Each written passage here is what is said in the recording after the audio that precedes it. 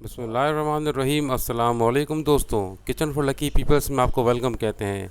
आज हमने आपके लिए कराची की सबसे मशहूर फूड स्ट्रीट बंस रोड के दही बड़े बनाए हैं, जो इंशाल्लाह आपके दस्तरख़्वान पर अफ्तारी के वक्त इंतहाई खुश जायका इजाफ़ा होगा।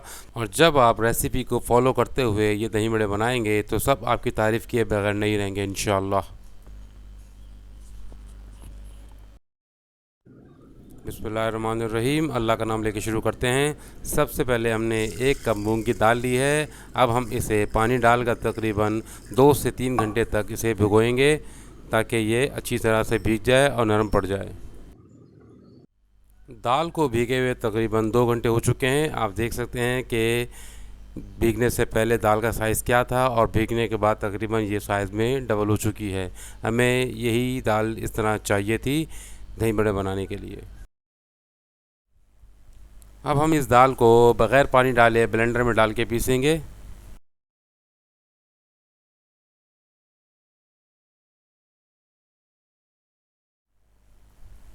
दाल बिल्कुल पिस चुकी है, आप देख सकते हैं। हमने इसमें थोड़ा सा पानी मिलाया था, इसके बाद ये फ़ाइन पेस्ट बन चुका है।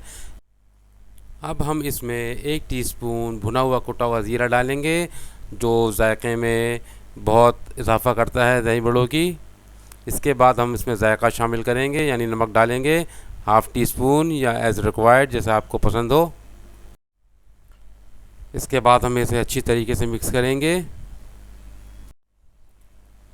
और सबसे आखिर में हम इसमें 1 चुटकी के करीब खाने का मीठा सोडा शामिल करेंगे और फिर इसे भी इसके साथ अच्छे तरीके से मिक्स करेंगे।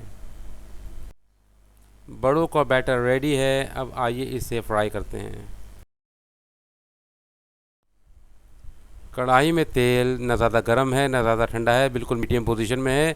अब हम इसमें एक एक करके हाथों की मदद से बड़े डालेंगे और इसे हल्का आंच पे फ्राई करेंगे, ताकि ये अंदर तक बिल्कुल पक जाएं।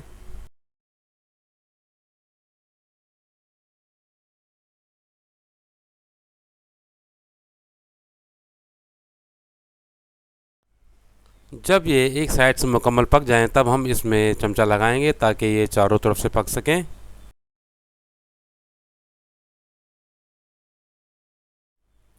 6 मिनट लगे हैं बड़ों को तलने में, ये बिल्कुल परफेक्ट रेडी हैं।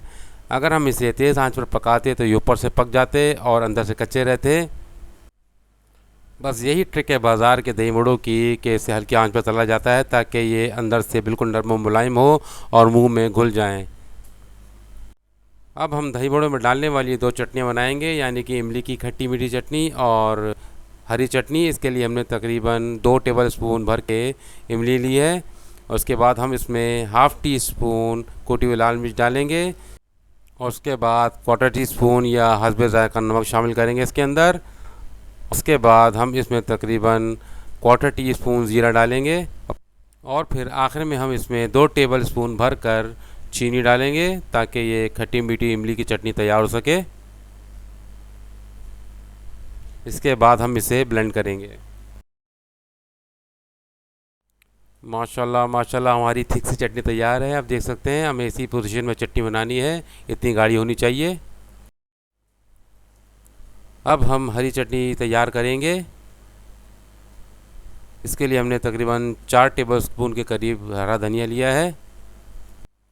इसके बाद हम इसमें 1/2 टीस्पून ज़ीरा डालेंगे, जायके के मुताबिक नमक डालेंगे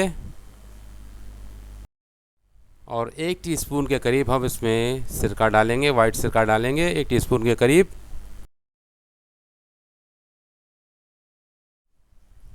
और फिर हम इसे भी अच्छे तरीके से ब्लेंड कर लेंगे। माशाल्लाह से हमारी हरी चटनी भी तैयार है। आप देख सकते हैं, ये अच्छी खासी गाढ़ी चटनी है। हमें इसी पोजीशन में इसे रखना है। हमने जो बड़े फ्राई किए थे माशाल्लाह से वो बिल्कुल ठंडे हो चुके हैं। आप देख सकते हैं कि कितने नरम मुलायम है, स्पंज की तरह है। हम इसे दबा रहे हैं तो ये दोबारा अपनी जगह पे वापस जा रहा है। इसका मतलब है कि बड़े हमारे बिल्कुल परफेक्ट रेडी हैं। आप देख सकते हैं कि अंदर से भी बिल्कुल ये पके हुए हैं, इसके अंदर कोई कच्चापन नहीं है।